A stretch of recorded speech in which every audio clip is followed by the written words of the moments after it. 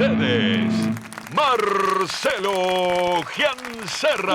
Buenas, ¿cómo están todos? Bienvenidos a otro programa de Vos Quién Sos. ¿Cómo está la banda? Muy bien. Los extrañé. Esta semana se me pisó Terra. Necesito verlos. No sé para qué, pero necesito verlos. Bueno, ¿cómo anda, gente? Hoy tenemos un invitado muy especial. ¿Usted sabe lo que es la inteligencia artificial? Yo no. Según leí por ahí, es un algoritmo hecho con una informática, un software, no lo tengo muy claro. Le vamos a preguntar desde cuándo existe, hasta dónde puede llegar. ¿Podrá escribir música como Beethoven, como Bach, escribir poemas, cuentos como Borges? ¿Hasta dónde? ¿Tendremos que tenerle miedo, sí o no? Bueno, eso vamos a tratar de investigar hoy. Tenemos un invitado impecable, un número uno. Me dijeron, mira, si hay que hablar de inteligencia artificial, en Rosario es él. Adelante, profesor Ignacio Sanciovich. ¿Lo dije bien? ¡Vamos!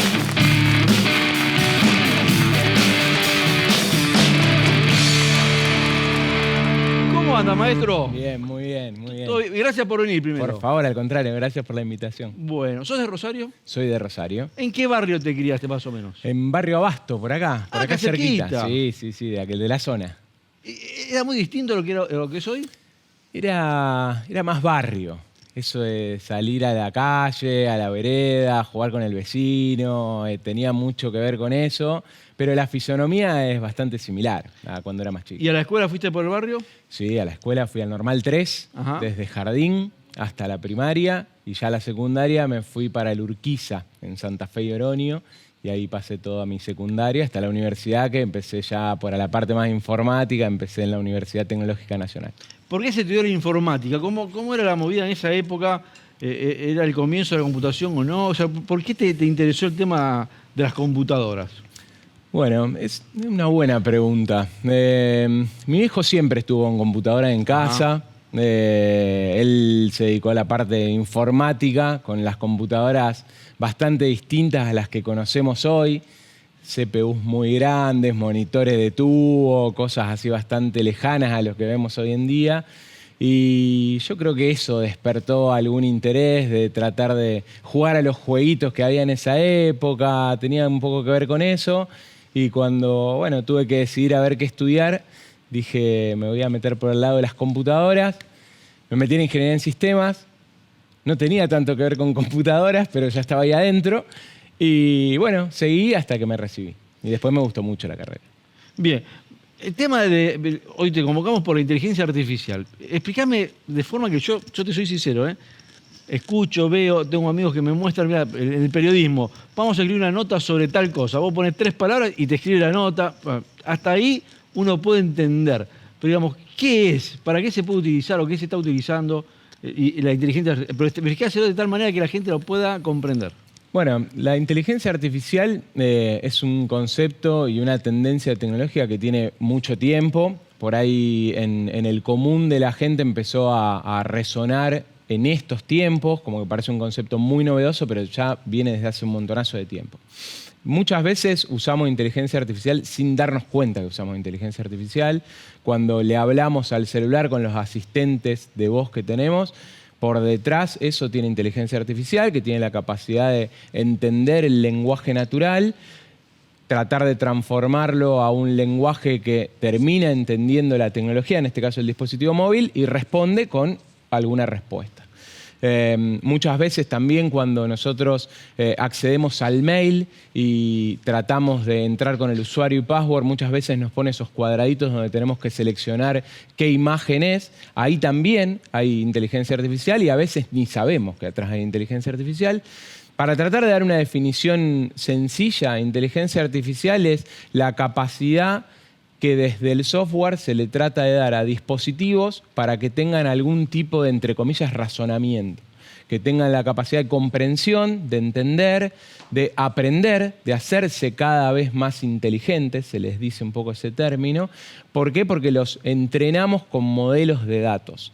Esos modelos de datos que le acercamos hacen que le acerquemos muchos datos, por ejemplo, de un vehículo, intenta leer las características de un vehículo y cuando le pasamos muchísimos datos y luego tiene que razonar si ese es un vehículo, bueno, detecta que tiene ruedas, que tiene puertas, que se mueve, que tiene ciertas características físicas. Eso es lo que tiene por detrás la inteligencia artificial para responder ante una pregunta que nosotros le hacemos. Bueno, eso me imagino que debe ser el sistema de cámaras, que de seguimiento que usa la policía, debe tener mucha inteligencia artificial. Tal cual. Cuando vemos esos sistemas que leen en tiempo real, por ejemplo, imágenes o videos, o van sacando fotos de objetos y luego esos objetos se tratan de interpretar a alguna característica, o se dice, bueno, este objeto que estoy leyendo es un auto o es una moto. Sí, yo lo he visto y me llamó mucho la atención que ponen, bueno, hay un sospechoso de remera amarilla con pantalón Sí. y el sistema inmediatamente empieza a buscar en todas las cámaras personas que tengan un suéter amarillo con un pantalón y, Claro. lo ubica inmediatamente. Bueno, eso justamente es tratar, a través del entrenamiento que decíamos, de darle muchísimas fotos con remeras de un color amarillo, que cuando detecta algo con esas características, sabe que eso es una persona que tiene una remera de color amarillo y puede traducirlo a una determinada característica puntual. ¿Se puede utilizar en medicina, por ejemplo, para diagnosticar enfermedades, para adelantarse a posibles tumores el día de mañana? ¿Se está usando eso? Sí, hoy implementaciones de inteligencia artificial hay muchísimas. En salud, en el campo de la salud, es quizá uno de los que más resonó, porque obviamente el impacto que tiene el uso de la inteligencia artificial puede llegar a salvar vidas muchas veces, detectando, no sé, lastimaduras o detectando ciertos patrones que no se ven, que están dentro del cuerpo y que tiene la capacidad justamente este software de poder detectar anomalías, y esas anomalías disparan alertas y generan, por ejemplo, un determinado diagnóstico preventivo. Eso existe, eso está, se usa con mucha frecuencia y quizás antes, a lo mejor, no entendíamos que ese software usaba inteligencia artificial para hacer eso. Hoy ya está como un poco más en el común de la gente esto de que el software que tiene la capacidad de aprender, de ir haciéndose cada vez más con mayor razonamiento, tiene por detrás algoritmos, como vos bien dijiste al principio del programa, de inteligencia artificial. Y en la parte artística, por ejemplo, o sea, ¿puede la inteligencia en un momento ser un artista? ¿Tener esa capacidad de crear desde el sentimiento? Bueno, eso es todo un debate. Sí, yo lo que pienso es que inteligencia artificial tiene la capacidad de colaborar con un otro. Ese otro muchas veces es un humano o muchas veces es otra inteligencia artificial, que obviamente tiene la capacidad de reproducir cosas que un humano le ha enseñado que tiene que hacer. Entonces, desde cero, hoy la inteligencia artificial no tiene la creatividad para hacer algo que sí un humano tiene en su naturaleza, en sus dones propios, en su habilidad, en su estudio, tratar de lograr ciertas producciones. Pero sí lo que vemos es que en la medida en la que pasa el tiempo, empieza a lograr patrones de réplica humana, Claro, eso debe ser. muy verosímiles, muy reales. Claro, hacer un cuadro de tal artista y lo va a tener ese trazo, por él. Exactamente, tiene eso. Y también hoy lo que hace la inteligencia artificial es facilitar algunas tareas que antes llevaban mucho tiempo de lograr, desde cuestiones técnicas en el sonido, desde cuestiones técnicas en la calidad de imagen, de la producción de imágenes o contenido multimedia que antes requería mucho esfuerzo, requería de gente con mucho estudio, de máquinas muy complejas. Hoy, con pocas líneas de código y algún algoritmo, alguna librería de inteligencia artificial, se logran resultados excelentes.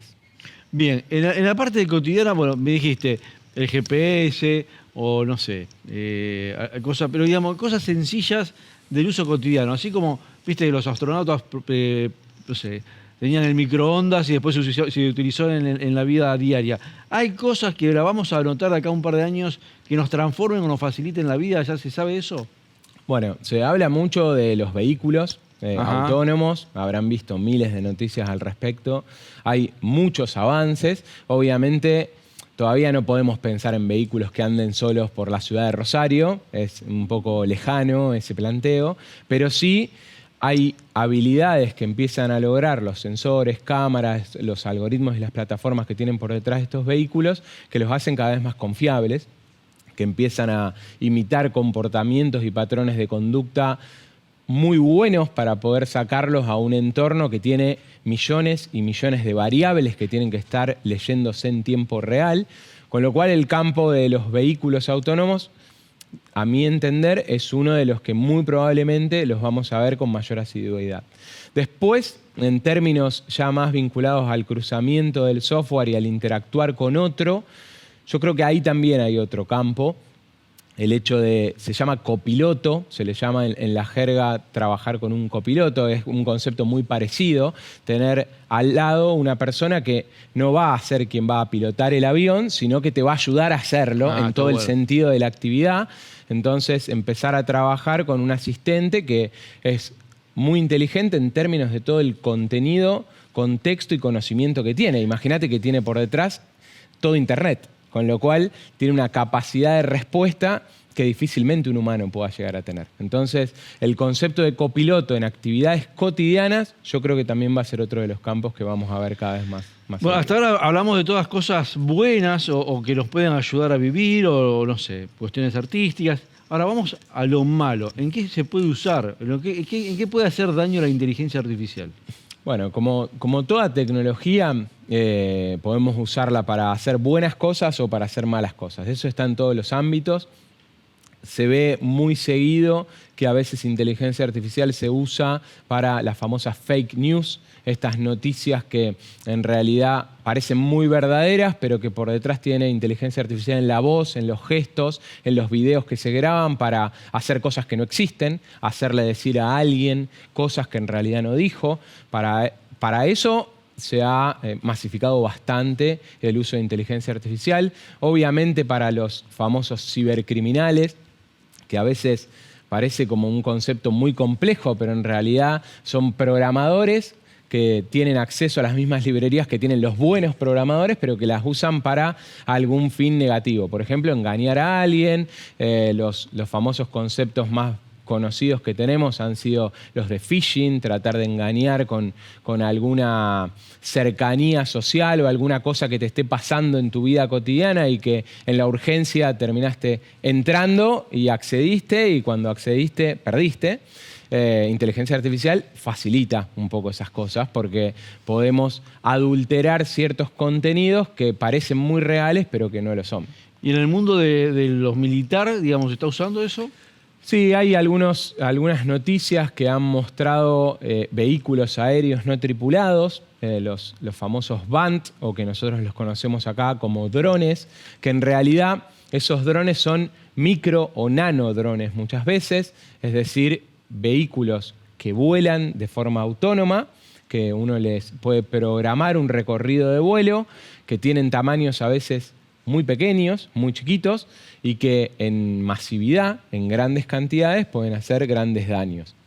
Hoy por hoy, si bien hay muchos desarrollos que las potencias mundiales tratan de llevar al respecto, hoy no hay un mercado tan masivo en eso, pero sí hay noticias muy resonantes que tienen que ver con este uso de estas tecnologías para esos fines. Bueno, la zona nuestra, por supuesto, es agrícola, ganadera y es fundamental encontrar métodos que ayuden a la producción. Supongo que se va a utilizar esto. Sí, de hecho se está utilizando para el famoso mapeo e inspección de lotes. Se usa mucho para saber dónde sembrar, para saber si hay malezas y detectarlas con inteligencia artificial, para ayudar a algún productor o a algún técnico de campo, técnico agrónomo, a tomar alguna decisión basada en datos, que es otra gran revolución que tiene este mundo, el mundo de los datos. Aquel que tiene un gran conjunto de datos y logra procesar ese gran conjunto de datos tiene información y esa información vale y esa información es ventaja competitiva por sobre un otro. Entonces, en nuestra zona, la tecnología cruzada con los agronegocios es una gran vertical de trabajo y de especialización. ¿Sí? Bueno, también, viste, los padres estamos todos preocupados por el uso de los celulares, del internet. Te corre un poquito de la inteligencia artificial y te pregunto, desde tu experiencia como pibe que ha usado todo eso, y me imagino que también estás en contacto. Digamos, ¿Hasta dónde es dañino el uso de Internet, de YouTube y todo eso en un chico, digamos? Porque yo lo veo en mi hijo, que tiene un montón de información que yo no tenía. Sí. Por suerte la utiliza para bien, pero digamos, ¿se puede manejar? ¿Qué experiencia tienen ustedes? ¿Cómo es esa historia? Sí, manejar se puede manejar, lo que genera son quizá hábitos de conducta relacionados a la ansiedad de saber, a la ansiedad de tener ya, que eso es algo que es difícil de manejar en estos tiempos, porque hoy cualquier cosa que hacemos probablemente la hacemos ya, desde ver una serie y si no me gusta la cambio y pongo otra, desde acceder a un videojuego que antes quizá eran muy costosos, entonces uno ahorraba un montón para tener ese videojuego. Hoy te podés descargar los que quieras al alcance de un clic a costos extremadamente bajos, desde acceder a un montón de contenido, y ese montón de contenido, si no está regulado, si no está de alguna manera controlado, en ciertas edades puede ser muy perjudicial.